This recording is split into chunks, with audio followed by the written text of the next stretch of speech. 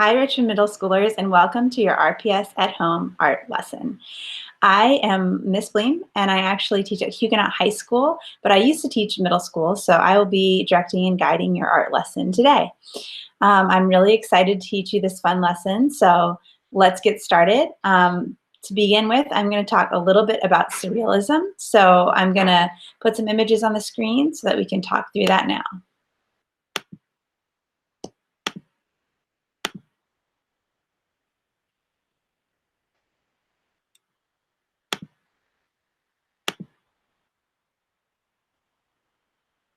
So surrealism, for those of you that don't know, is a cultural movement that began in the early 1920s, and it's best known for its visual artworks and its writings. Where did surrealism come from? Surrealist was actually inspired by Sigmund Freud, who was the father of psychoanalysis. So he was a psychologist. He believed that many important thoughts and feelings are buried deep in your unconscious mind. What does surrealist art focus on? Surrealist art focuses on channeling the unconscious and irrational to unlock dreams and imagination. So surrealist artists believe that you had thoughts buried deep in your subconscious that they wanted to actually gain access to through art. What does surrealist art look like? Well, there's a couple of characteristics. It often features familiar objects represented in unrealistic ways, dreamlike imagery to show the inner workings of the mind, and symbols to stand for ideas, events, or emotions. So it's not totally fantasy. It has some elements of reality, but there are also elements that are unrealistic as well. Here are some images of some famous surrealist artworks that you may or may not be familiar with. As you can see, they're pretty varied, and there's a lot of really interesting, wacky, crazy stuff you can do with it. So surrealism is a lot of fun, in my opinion, and it's a great movement to study and practice. There's also some supplemental videos that are included in this lesson that would be great for you to look at, particularly one on surrealism, that will give you a better idea of the historical context and the artists involved. Now, before we start on the art making itself, I wanted to talk a little bit about something called perspective. Perspective is an artistic system that creates the illusion of space while representing 3D objects on a 2D surface. So basically you have something flat and you can actually make it look 3D through art. One way that artists use perspective is to use foreground, middle ground, and background. Basically the background is the back of your piece. The middle ground is whatever is in the middle, and yep, you guessed it, the foreground is in the front. It's pretty self-explanatory, but it helps a lot with perspective. Remember, items in the background will appear the smallest, the middle ground items will be medium, and items in the foreground will be the largest. This helps create the illusion of an actual scene because if you think about it in real life, or IRL, things far away look smaller while things close to you look bigger. So you can see in the example here that the city in the background is pretty small, whereas the moon surface is a medium size and the astronaut and the tiger appear big, and they're the closest to you, so they're in the foreground. This example that you're looking at here is actually by artist Caroline Alcieri, who started creating collages in the style of the surrealists when she was only 16 years old. There are some more examples of her work right here. She calls them introspective dreamscapes, and she uses National Geographic magazines to create these surrealist designs. Today you'll be creating your very own surrealist collage, and the steps are listed here for you. You're going to create a sky, you're going to select a landscape and glue it down for the background, and then you're going to glue people, animals, and plants in the middle ground and foreground to complete your surrealist collage.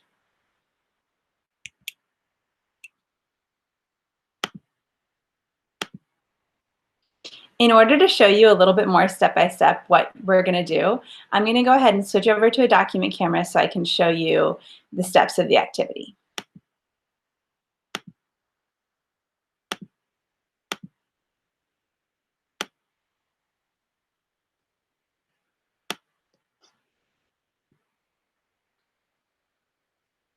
Okay, great. So first of all, for this activity, you will need some scissors, and you will need some glue, and you will need a magazine.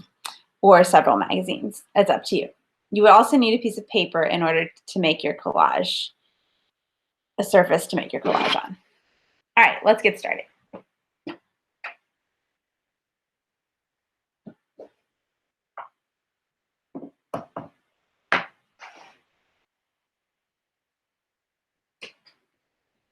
Okay, so to make your collage, you're going to begin by going ahead and gluing down a sky. I pre-selected this sky from a magazine, and it doesn't actually fill the whole page, but that is okay because I have selected some supplemental materials that will fill the extra space. So you got to be a little bit creative with it and think about some ways you can fill that extra space if your sky doesn't go all the way across. But that's okay, that's what a collage is for. It's supposed to be experimental and fun. There's no right or wrong way to do a collage. So hopefully this activity will be fun for you, and you can take it whatever direction that you would like. So I just went ahead and found some sea-like images to put up in the sky, since we're actually going to be creating a scene in the ocean.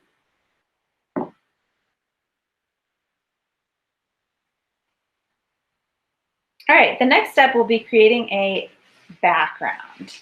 So since I was looking at a sea life kind of edition of National Geographic, I went ahead and created a scene that was mainly centered around the ocean.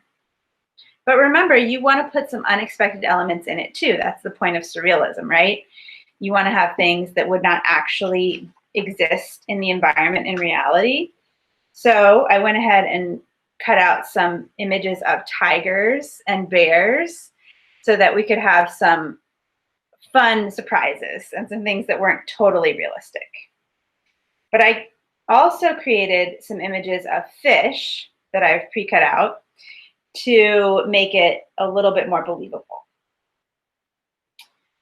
So we have our background and we have the sky finished. So now we need to think about foreground and middle ground. Remember that the medium objects are going to go in the middle and the larger objects are going to go in the foreground. So we have kind of a medium fish right there. And I have a larger fish here, which I'm going to go ahead and put in the background. The whole face won't even fit in the picture. But that's a great way to do it because it's going to be very close to the front and very large so that people are going to know that there's a clear difference between this fish and the other fish. Okay, another tip that I have for you is that when you're cutting something out, do not just cut a square around it and glue it down. That bear does not look like it's actually in the ocean. What you need to do is to cut around the object. So see how I've started to cut around the outline of the object? And I'm going to keep going with that and actually just cut all the way around this bear. It does take more time. It's a little bit more tedious, but in the end, your collage is going to be so much better as a result. The best collages that my students have produced have been a result of using this method.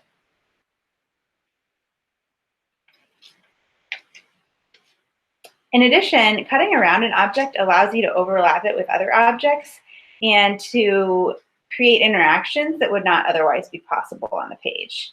So it's pretty fun to have objects that you can make interact with one another, and you can kind of imagine a story behind the collage if you want. And for mine, I was thinking, you know, what if the bear was actually eating the fish? It creates a little bit more of a dramatic tone to the whole collage. So we can glue it down in that way, and you're the artist. So you are in charge of your own destiny and your own collage and what you want it to say. So I'm going to put that bear right there. And then, as I mentioned earlier, I also found an image of a tiger, which I thought was pretty cool, and I cut all the way around it already. So I'm going to actually put that in the front as well because it's a larger image, so it should be in the foreground, but it's not quite as big as the fish right here, the blue fish that we have. So it's going to be back a little bit, maybe around here. We have these scuba divers in the background as well, and they're kind of small, so it kind of works with our size differentials. With this collage, it's not going to be perfect, since some images will already be on the magazine paper. So it might not be totally like real life perspective, but if you have some items that are bigger, like the fish, and some items that are medium, like the bear and this other fish, and then some items that are small, like these scuba divers and the other tiny fish in the background, then it's going to help it make it look a lot more interesting and a lot more realistic. So I could continue on this surrealist collage by adding more and more details, and maybe I would put some images right here, some smaller fish or some land even. But really, this is the basics of what I want you to try at home today to make your very own surrealist collage.